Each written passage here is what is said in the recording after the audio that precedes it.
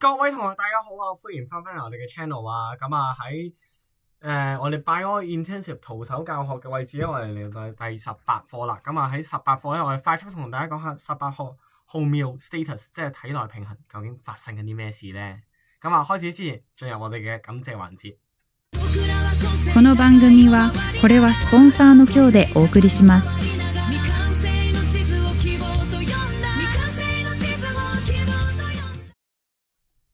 好啦，咁我哋翻嚟啦。咁啊18課位置咧，我哋講體內平衡啦。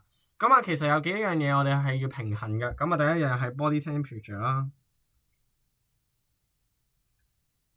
第二樣係 water content 啦，第三樣係 gas。咁個 body temperature 啦，點解咁重要？因為係 enzyme 咯，會影響。咁啊 enzyme 係 work in narrow range。OK。咁啊呢樣嘢咧就會令到我哋咧係會影響我哋嘅 metabolism。OK。咁啊 water content 點解咁重要咧？因為 water potential 啊嘛。咁啊會令到一啲叫做咩啊？咁啊如果我哋嗰個過多或者過少，會影響個 osmosis 啦。咁啊個 cell 會點啊？會 burst。太多啦或者太少咧就會 die，或者影響一個叫 metabolism 啦，或者 respiration。咁啊呢啲係 balance by kidney 啦。咁啊 gas 點解咁重要啊？oxygen 咧可以幫你去做一個 respiration 啦。而呢個 carbon dioxide，咁我哋知道係一個 acidic gas 啦，咁會令到個 pH 降低啦，會影響個 enzyme activity 啦，最後會令到你嗰個 metabolism， 咁就有影響啦。咁啊，我哋究竟係點樣去maintain呢個幫助咧，或者確保我哋人係唔會有事嘅咧？咁啊，其實咧係用住一樣嘢叫做 negative feedback。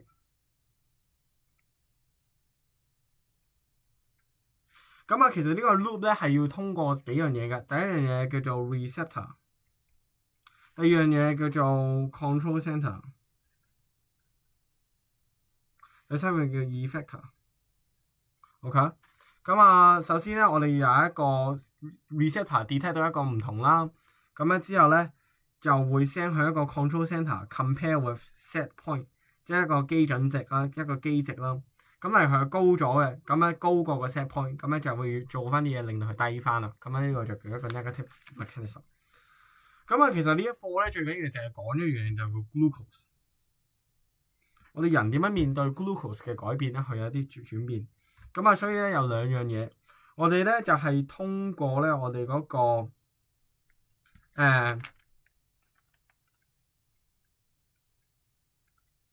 pancreas，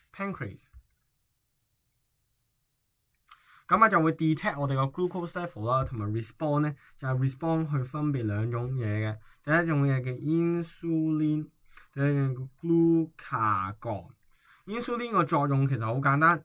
係有三個種，一就係 liver cell 同埋 other cell 就係 uptake 叫做glucose 啦。第二就係 liver cell 同埋 muscle cell 就去store 啦，之後 glucose 變咗做叫 glycogen。OK， 第三樣嘢就係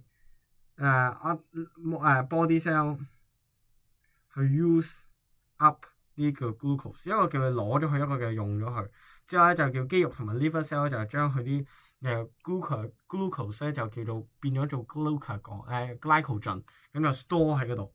而 glycogen 咧就係將呢啲 store 嘅一啲叫做glycogen 啦，就變翻做 glucose 去用嘅。咁呢個咧就會有啲咩動作令你個 blood glucose 係 decrease 嘅，呢個咧就令個 blood glucose 係 increase 嘅。咁啊呢樣好簡單。咁啊實際上點樣變嘅咧？當我呢個咧 pancreas 呢啲 chemoreceptors detect 到發現我多低咗呢個insulin 啊，sorry 低咗 blood glucose， 即係我低血糖啦而家。咁咧就分泌多啲 insulin 出嚟啦。insulin 咧就 sorry 錯。pancreas， 當我哋嚟我食一粒飲一大罐飲一粒可樂入去，咁即係好多糖啦。咁好多糖會點啊？咁我個血糖會點啊？我血糖原本係升高咗噶嘛。咁啊，原本血糖升高咗，咁所以就分泌更多。記住佢原本一路咧兩者都有分泌嘅，一路都。咁所以邊有多邊有少咁解嘅啫。咁啊，當我個 pancreas 嘅 chemoreceptors detect 到我有好多糖入咗去啦，咁咧就令到咧我嘅 insulin 咧就會分泌好多 insulin 出嚟去壓低我個血糖。咁究竟點樣壓低咧？就係3種方法。第一就係叫啲 cell 多啲 uptake， 第二 muscle cell、liver cell convert glucose into glycogen， 第三就係將佢哋 use up in respiration。好啦，我咧3日唔食飯啦，咁啊而家就點啊？我血糖好低，血糖好低咧就令到我要用多啲 glucagon， 咁咧就會分泌多啲 glucagon 出嚟啦，喺個 pancreas 分泌 glucagon。咁啊呢個 glucagon 就會去咗啲 muscle cell 啦，同埋 liver cell 都有儲存 glycogen 嘅地方，引到佢哋咧就將個 glycogen 變翻做 glucose 啦，最後尾令到我嘅血糖升翻上去啦。咁咧，因此咧，我哋有2種病嘅，咁咧就叫做 diabetes 糖尿病。咁有 type 1啦，即係叫做 insulin dependent， 咁即係靠 insulin 嘅，即係佢哋成日打 insulin 針嘅。有第2種嘅 type 2，叫 non-insulin dependent diabetes， 上面都係 diabetes。insulin dependent 咧，即係我要依賴住 insulin 啦，咁即係我要係 inject insulin。咁其實點樣導致嘅就係唔夠 insufficient insulin produced by body。咁就係因為自己唔夠，所以就係額外打入去，咁咧就可以穩定翻個血糖啦。咁其實糖尿病係咩嚟嘅咧？就係第一，佢哋個血糖咧一路都好成日都好高嘅，一嚟咧就好高嘅，平時我哋好低噶嘛。咁啊，佢哋咧就好高嘅，同埋咧平時我哋升完之後好快跌翻落嚟，佢哋升完之後咧要好耐先可以跌到落嚟嘅。咁點解？因為佢哋第一可能係唔夠 insulin 啦，咁令到佢哋咧就唔會分泌，咁所以食完飯就係打針。第2種咧 type 2咧就係 non-insulin dependent 啦，咁就唔關個 insulin 事啊，係一啲叫做insensitive，